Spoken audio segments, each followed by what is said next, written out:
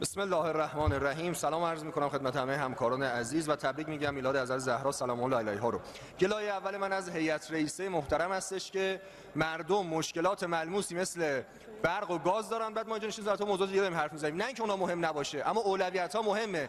من هنوزم نمیفهمم چرا باید مثلا وزیر اگه میخواد پاسخ بده سه شنبه بیاد، چرا ما متسلبیم، چرا انقدر اصرار داریم حتما مثلا روز سه شنبه وزیر بیاد اینجا. خب یک شنبه میآمد، امروز میآمد.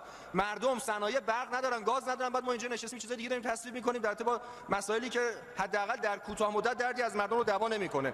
مسئله بعدی این هستش که در ماجرای نوترازی‌ها باید مقصر معلوم بشه. البته تا جنبندی این لحظه وزارت نفت ترک فعل و کمکاری قطعی داشته و من امیدوارم آقای پاک نژاد بیاد ببینیم بالاخره چه دفاعی از این عملکرد داره. وقتی که اتوبوسی مدیران رو برمی‌دارید تو 2 ماه اول اونطور تغییر میدید، بدنه رو به هم می‌ریزید تو وزارتخونه، نتیجهش میشه این کاری که بعد شهریور و مهر و آبان می‌کردید نمی‌کنید. مردم بیچاره بعد جواب اون کارهای شما رو بدن، خسارتاش به مردم تحمیل بشه.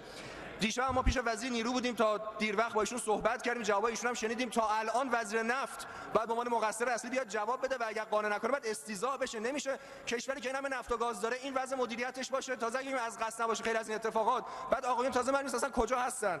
مسئله بعدی هم این که شخص آقای بیژن زنگنه یکی از عوامل وضع موجود و این افتضاحی که در کشور وجود داره. 8 سال وزیر نفت میگه پالایشگاه نسازیم، ساختن پالایشگاه کثافته. 8 سال وزیر نیرو بود، دستاوردش چی بود؟ رفت قرارداد گازی با ترکمنستان رو لغو کرد، به جاش هیچی نتونست ارائه بده، نتیجه شده این وضعیتی که الان هستش. من تعجبم از آقای اژه‌ای و قوه قضاییه است که به عنوان مدعی العموم برای چی ساکت هستن، کاری نمیکنن. آقا کسی که این همه خسارت زده به مردم، این همه به کشور خسارت زده رو جلوش بایستید. و در نهایت خطاب آقای پزشکیان، آقای پزشکیان عزیز، کشور رو با کارهای نمایشی نمیشه اداره کرد. اگه میخواین گریه هم بکنید خوبه گریه بکنید، ولی به حال مردم گریه کنید، به حال صنایع و بی‌برقی‌ها گریه کنید.